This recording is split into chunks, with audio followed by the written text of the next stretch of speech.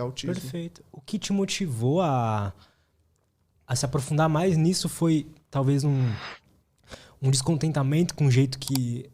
o tipo de tratamento que davam pro seu filho? Como é que foi isso, cara? Cara, meu filho, ele não avançava de jeito nenhum, assim, não tinha avanço nenhum. Desculpa te interromper, mas Sim. assim, que eles...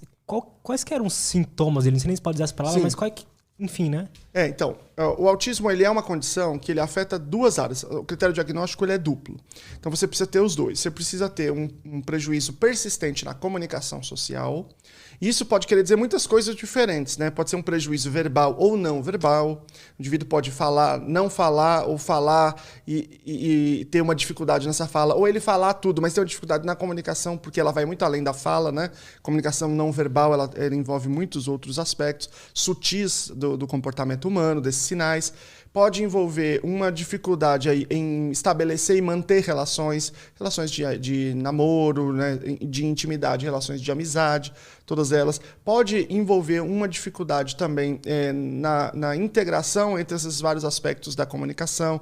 Então o indivíduo, às vezes, ele sabe falar bem, mas isso não tá conexo com outras comunicações que ele vai fazendo. A forma de mexer as mãos, a prosódia. Tem pessoas com autismo que têm uma fala assim, sem alteração na prosódia, ainda que tenham inteligência preservada. Mas, enfim, o prejuízo de comunicação ele é muito, muito amplo.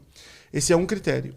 No caso do meu filho, por exemplo, ele não fala, ele é não verbal, que alguma coisa em torno de 1/3 das pessoas com autismo é não verbal. E você tem o outro critério diagnóstico, que são comportamentos e interesses fixos e repetitivos. Então você tem a presença de estereotipias, que podem ser físicas ou motoras ou verbais ou vocais. Estereotipias são comportamentos repetitivos, aparentemente disfuncionais. Então o indivíduo pode fazer isso aqui, que é um flapping, como a gente chama, né?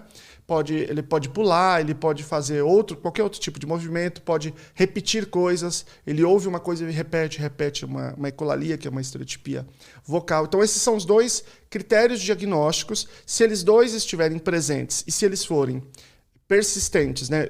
Ou seja, serem consistentes e terem um prejuízo significativo na qualidade de vida. Se eles não forem melhor explicados por um caso de deficiência intelectual, né? Se não for isso decorrência de prejuízo intelectual. E se isso acontecer na primeira infância, então a gente chama esse quadro de transtorno do espectro autista. Perfeito. Isso é o que define. Só que o transtorno do espectro autista, ele também tem níveis, então nível 1, 2 e 3.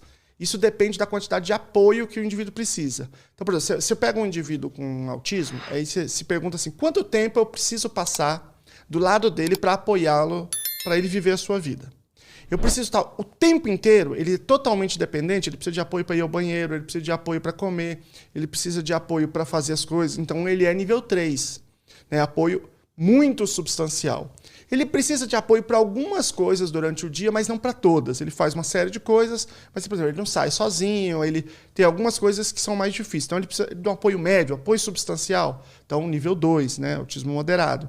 Mas, se ele precisa de apoio, mas ele é eventual, ele depende muito ali do contexto, só em alguns contextos específicos, então ele é o nível 1, o autismo leve, que é o meu caso. Então, por exemplo, eu tenho terapia, uma terapia mais focada em habilidades sociais conjugais, que são habilidades mais complexas, e algumas outras coisas, mas mais para isso, né? Então, preciso de apoio, mas não é tanto, né? É incomparável com indivíduos que têm, por exemplo, o quadro do meu filho. Então, meu filho tem um caso nível 3.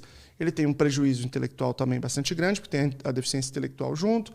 Veja, se já não fala, isso já traz uma série de dificuldades para o indivíduo no dia a dia. Então, ele tem dificuldade para fazer tarefas diárias, como comer, trocar de roupa, ele não consegue sair sozinho, enfim, coisas cotidianas.